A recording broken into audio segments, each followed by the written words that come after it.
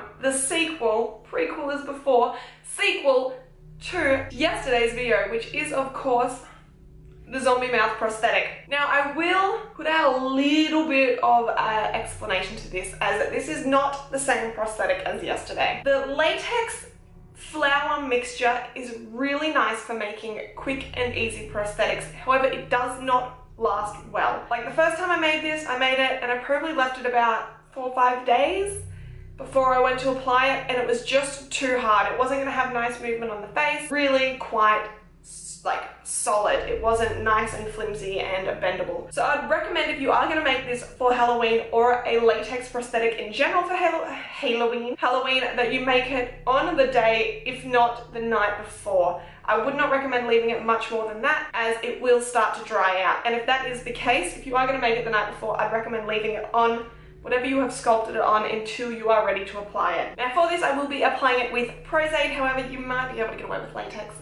You know, I've said the same spiel every time. Prosade is just my adhesive of choice.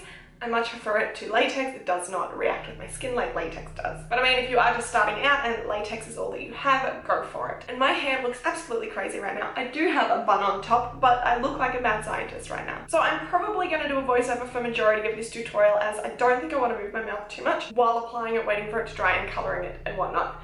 Now you will see that I did cut the center out of this. I don't know if I did in the previous video or not, but I wanted to make it so you could, if you did want to wear this to a party, drink, eat and talk through it. I do find that if you completely block off any part of your face with prosthetics, like your mouth and your nose, I do of course in my Janine video, which you would have seen earlier this month, block out one of my eyes. Doing anything that blocks out something on your face will leave you at a slight disadvantage, because if you cover your eye, you're losing your peripheral vision, I think. No, your depth perception. Peripheral's out the side. Nose, you have to only breathe through your mouth, which can be a little bit of a pain. And if you close off your mouth, you cannot talk, eat, or drink, so you do not want to have it on for long periods of time. But enough chit chat, I'm just gonna get straight on into this and stick it to my face. And another reason why I really prefer to use Prosade when applying stuff like this, as you have tiny baby hairs all over your face, and I tell you what's not nice, peeling the latex prosthetic off and all of your little baby hairs with it. And then just with some thickened Prosade cream, you've seen me use this before, just going around and stippling around the edge of the actual prosthetic just to try and give it a nicer, smoother transition into the skin. And because my hair looks hella crazy today, I decided it was probably a wise idea, before I start to put any more adhesive on my face, to put my hair up with my trusty headband, of course. Now, just with a primer, any primer will do. I prefer to just prime my entire face and prosthetic when I'm going to apply some foundation. I don't know if it actually helps, but I just like to do it. I like to think it helps. And then depending on how dead you want your zombie to be is the shade of foundation that you put. I wanted it to be a reasonably fresh zombie. However, if you're wanting something a little bit more dead, I'd recommend going several shades lighter than your skin tone, just to give it that I'm dead look, if that makes sense. Don't worry about trying to conceal the bags under your eyes. You will be enhancing them in a minute. Now, just with, I like to go a brown and then a grey to contour my face with. So I start with a usual kind of contour, maybe a little bit kind of a cooler toned contour to begin with. And then I go in with a light grey over the top if it's not quite the right colour. And just really over dramatizing, is that a word? I don't know, it is now. All of the facial features, so sunken in temples, I like to give it that high kind of brow look about it too, and really make your nose look like it's no longer a juicy plump little thing. And I do play around with the colours on the face quite a bit, so I do go in and apply a bit of grey around the outsides of my eyes and my kind of bags, and then with a lighter colour, kind of a yellowy, I go ahead and kind of highlight the other facial features. I just felt like they were getting a little bit lost. And I like to jump around from thing to thing when I'm doing this. So I've given up on contouring at the moment, and I'm going in and just applying the Ben Nye Monster Wheel, I'm pretty sure.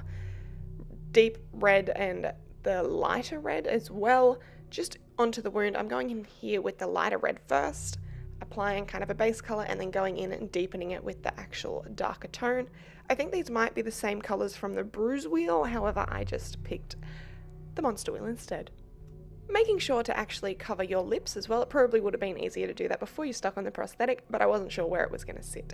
Now, taking the BYS Rebel palette, there's a really nice dark red, kind of maroony color. I think it's called Reputation, maybe?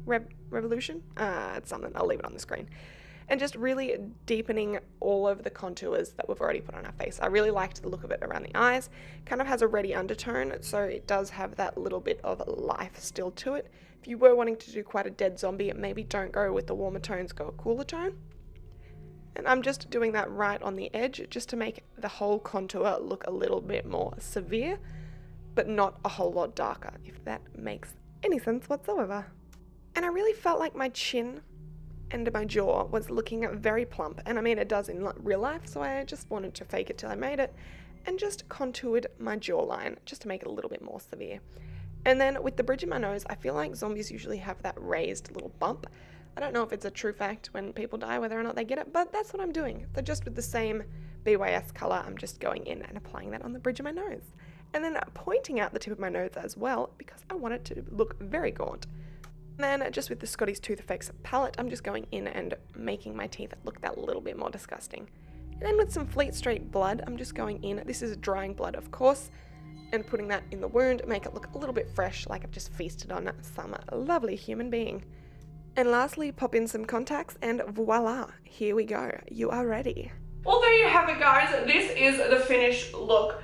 I did pop in some contact lenses. I did get them from Contact Lens Hub. If you are in Australia and I think New Zealand, I reckon they are the most reliable contact lens place to get your contacts from.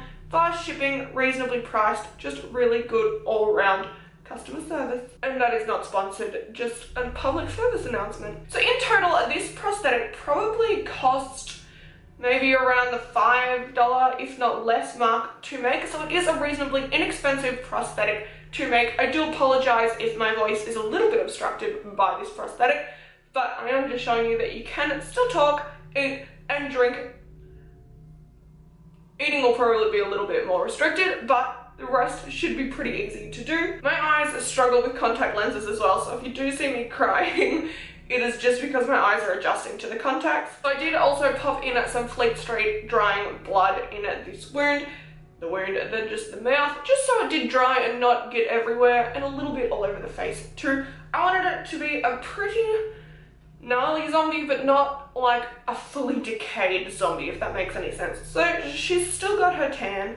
She's still got a bit of colour going on. She's just pretty mutilated and quite dead. But I feel like I want to take my hair out and do the old put conditioner through it trick to really just bring this look together. So let's do that. That was a lot of conditioner all in the one spot. Now I can't really see whether or not that hair looks okay. I probably should have done it before I put the lenses in. Now if you've never had screen lenses in, you do have pretty good vision. Like I could walk around it pretty confidently, but it's like everything's got this fog over it and a little bit kind of, not blurry, but looking at the viewfinder right now, I can see what there is, but not the detail in what there is. So especially if you are wanting to wear screen contacts for your look, I highly recommend doing all the detail work first and then doing it. I have never made a zombie mouth with latex before. I've always gone for the gelatin kind of way, except for back in the early days where I'm gonna leave a photo right here of the first zombie mouth I did, and boy oh boy, at the time did I think I was hot shit, but in reality it was, yeah, I'll just let you guys decide for yourself. But thank you so much for watching, guys, and don't forget to like, subscribe, and hit that notification bell, and I'll see you tomorrow. Bye.